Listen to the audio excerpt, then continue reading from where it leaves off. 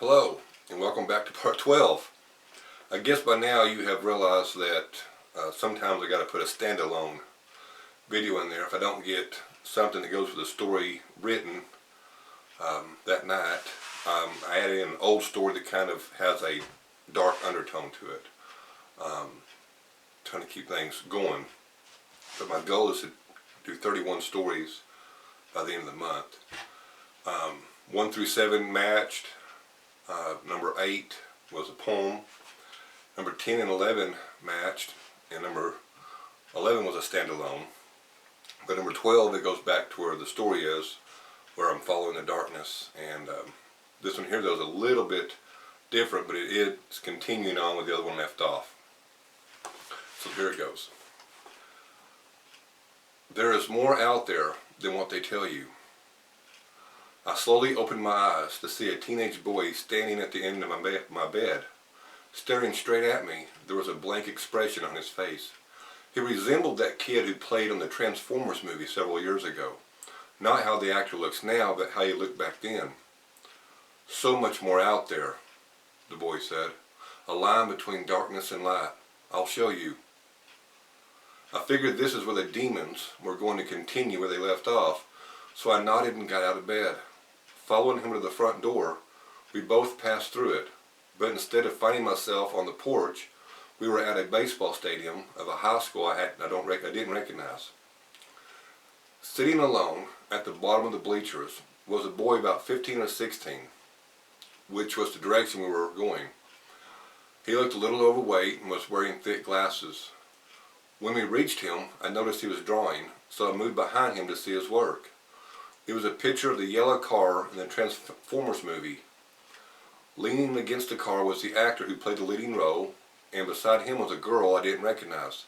She had short, wavy hair and was wearing glasses and a softball uniform.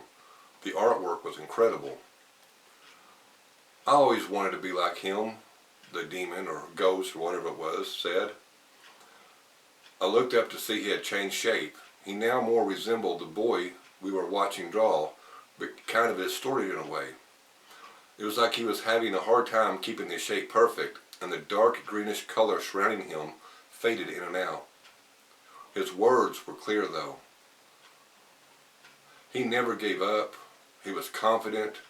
He wasn't perfect, but he always found a way around his problems. I assumed he was talking about the character in the movie. The girl? That's Amanda. Left outfielder. Isn't she beautiful? Both of them lifted their heads at the same time towards the field, so I followed their gaze to a team of girls having practice. One girl was standing out there in the field close to where he sat, and she resembled the girl he had drawn in the picture. Every now and then she would glance back towards us and smile. Well, probably to him, but you know what I mean. Then she would adjust her glasses and turn her attention back to practice. Without warning, the scenery changed and we were in a typical hallway full of lockers lining the wall.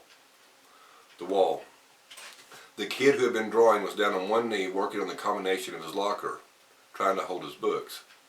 Suddenly, a group of kids came by and one of them slapped the books he was holding out of his grasp. They all laughed, and then one of them noticed the art book when it hit the ground and opened up. "Hey, what's this?" "Give that back," he yelled. Shoving him back, all the larger kids began laughing and flipping through his book. No matter how hard he tried, he couldn't get the book back from them. Eventually, one of them said, "Hey, Tim, go deep." One of the kids broke away from the pack and ran down the hall. The one holding the book flung it through the air, and the one called Tim caught it before turning and running out the door. They all rushed after him, including the one who had drawn them, but he didn't get far. One of the others tripped him and he hit the floor. After that, all of the laughing kids disappeared and the hallway went silent. The only ones left were me and the one who woke me. A slight breeze went down the hall, lifting up and rattling the pages of artwork taped to all of the lockers from one end to the other. Pages which had been ripped out from his art book. They didn't all have pictures of the girl from the field, but most of them did in various different ways, by trees, by the locker, by a water fountain. "Amanda never talked to me again," he said, staring at the pages in the lockers. "It was so embarrassing for her. I was an embarrassment. That wasn't the last time either, but nothing was ever the same after that day. The hall faded and I found myself standing in someone's bedroom, staring out the upstairs window. Out front were several police cars, a fire truck, and an ambulance, plus several bystanders. A hysterical woman was crying and wailing while being held back by a man. As a gurney carrying someone in a body bag passed by her. They loaded it up into the ambulance and it slowly drove away without using sirens.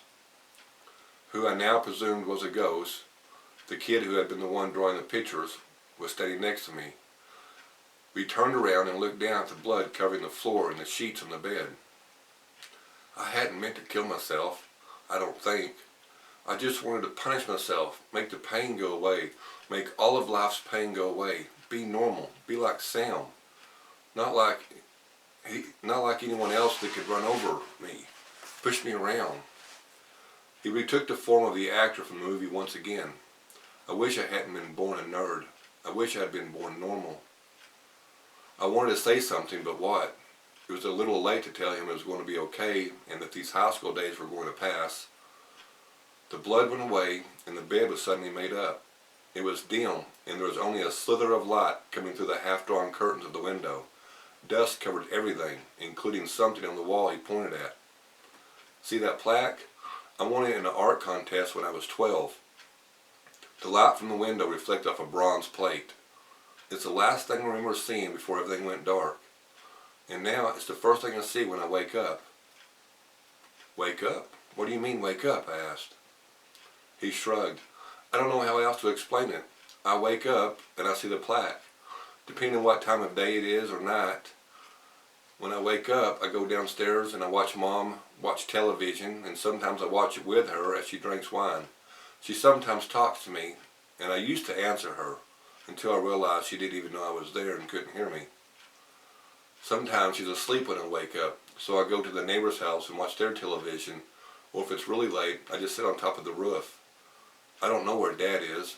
I haven't seen him in a long time. He was here for a while, but then he wasn't. I can't figure out what's happening to me.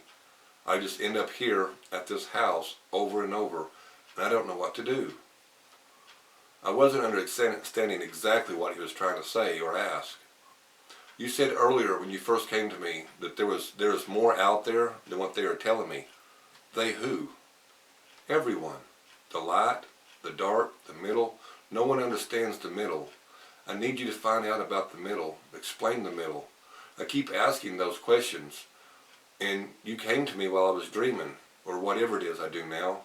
So I went. I brought you here. I showed you this. He turned to me, his shape and colors beginning to fluctuate again. Find the truth. Find out about the middle. That is where your answers can be found, not just in the light and not just in the dark, in the middle, the gray. His shape began to fade along with his voice. Find the middle. Find the answers. Find a way to help me and all those others here like me. There is more out there.